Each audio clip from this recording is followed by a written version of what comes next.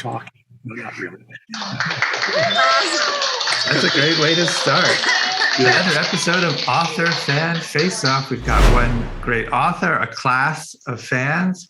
We've got a book, and we're going to find out who knows it better. I'm Steve Sheinkin, and my co-host is, of course, the leaping librarian, Stacey Rattner. Whoa. And our author guest today, as well as storyteller, musician, as you've just seen, Joseph Bruchac. Thank you for joining us today.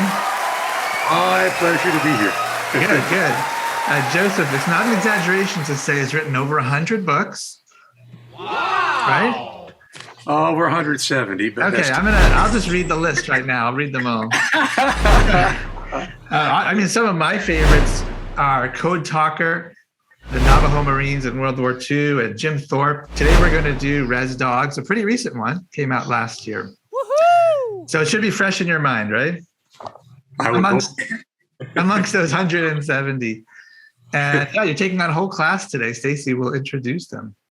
Yeah, super excited to introduce Miss Morgenstern's class from Queens, New York. And they read the book as a read aloud and thought that they would be an awesome group of contenders for our show. So here they are.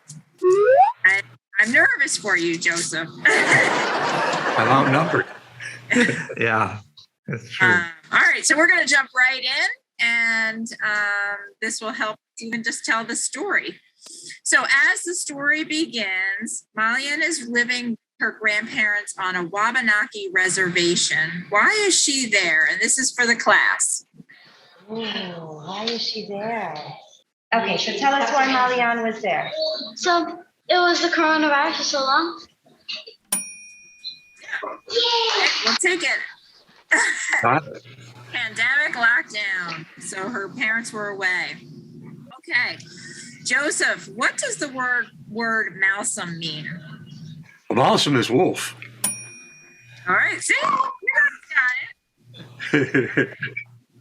Asking the Wabanaki language questions is kind of cheating. My second language, so. All right, class. Malian's 3 friends on the reservation call themselves this. What nickname do they call themselves? Actually,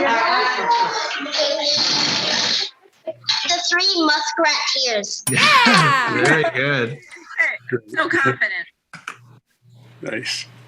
And that is that you guys answered the first question. We always like to give a little information about the book, but not too soon so we don't give spoilers. Joe, that's the key to the story. The setup to the story is this girl has moved to where her grandparents live on a reservation during the pandemic. So this was obviously written very recently.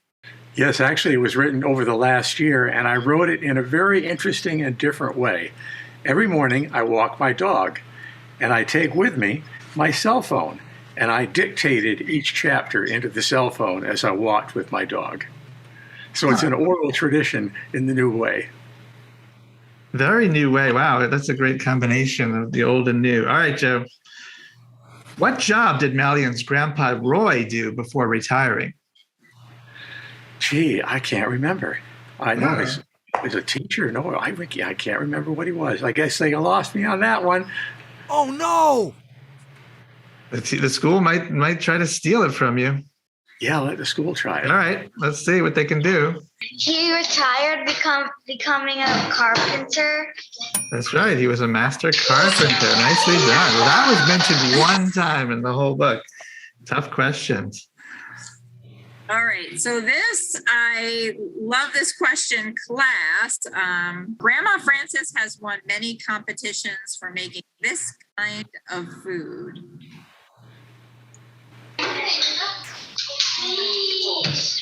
Fry bread. Yes. Yeah. All right, Joe, before eating her fry bread, Mount breaks off a small piece. Why does she do this? Well, the tradition is that before you eat food, you should share it with the little people, the Minogan Masak or the Minogas. They're the guardians of nature. So I've been actually with elders numerous times when we've done that. We always offer a little bit to the little ones who are the guardians of the natural world. All right, class. Malian and her grandparents enjoy watching this TV show. What's the show? No, she knows. They enjoy watching Star Trek. Yes. All right, Joe. What does Grandpa Roy call spring snow? Oh, that was something my grandfather always used to tell me, too. It's white manure because it adds nutrition to the soil. Nice job. Okay, very cool. So that does come from a personal memory. Oh, it does. By the way, I'll jump back a little bit. When we mentioned fry bread, I need to mention a book by my friend Kevin Mallard, who is a wonderful native author. It's called Fry Bread. And it's a great book. I really love it. It's got so much in it, including a recipe for making fry bread. So if you want to do a follow-up activity, there's one for you right away. All right, are we ready? This also is something that only comes up, I think, once in the book. This is for the class. Grandpa Roy says that back in the late 1800s, just about all the men in Pennacook had these. Look at your screen. I think we're getting little hints. Think about that one. Yes. Terrible. That's a tough question. That's tough. I know. Well, it's so untypical of what people think of Native Americans, too, but it is part of many of our traditional cultures on the East Coast and the West Coast as well, before Europeans came. A beard. Well, That's move up a little bit. Yeah, that's close. They had mustaches. These questions are getting tough. Joseph, this is for you. This is a quote, who wrote this? If you see someone coming to your house with the express purpose of doing good for you, leave quickly by the back door. Good old HDL. Henry David Thoreau. Correct, yes. One of my favorite quotes, by the way. Wow, all right. Believe it or not, the class is still ahead by 1 point. We do have one extra question, though. So, Joe, you're still alive. You still have a chance. Let's go. All right. So Grandma Frances, and this is whoever gets this first, if you know the answer, just raise your hand. Frances tells a story about long ago when animals were much bigger. Which animal was the most dangerous, as big as 3 elephants? McWay. Class seems to know.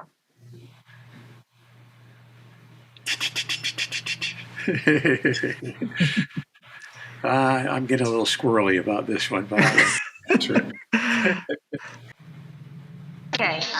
Squirrel. Yes. Congratulations. Fan face, you will know more. Author fan face, where can it score? What inspired you to become an author? What inspired me to become an author? Well, I think ever since I was very young, was inspired by reading. You know, the more you read, the more ideas you get. I also like to listen to my elders talk and tell stories, and it made me want to tell stories of my own. So I think both reading and hearing stories told led me to become an author myself. I used to memorize poetry, by the way, and I still do. And I think that if you listen real well to something, it will inspire you to do something of your own.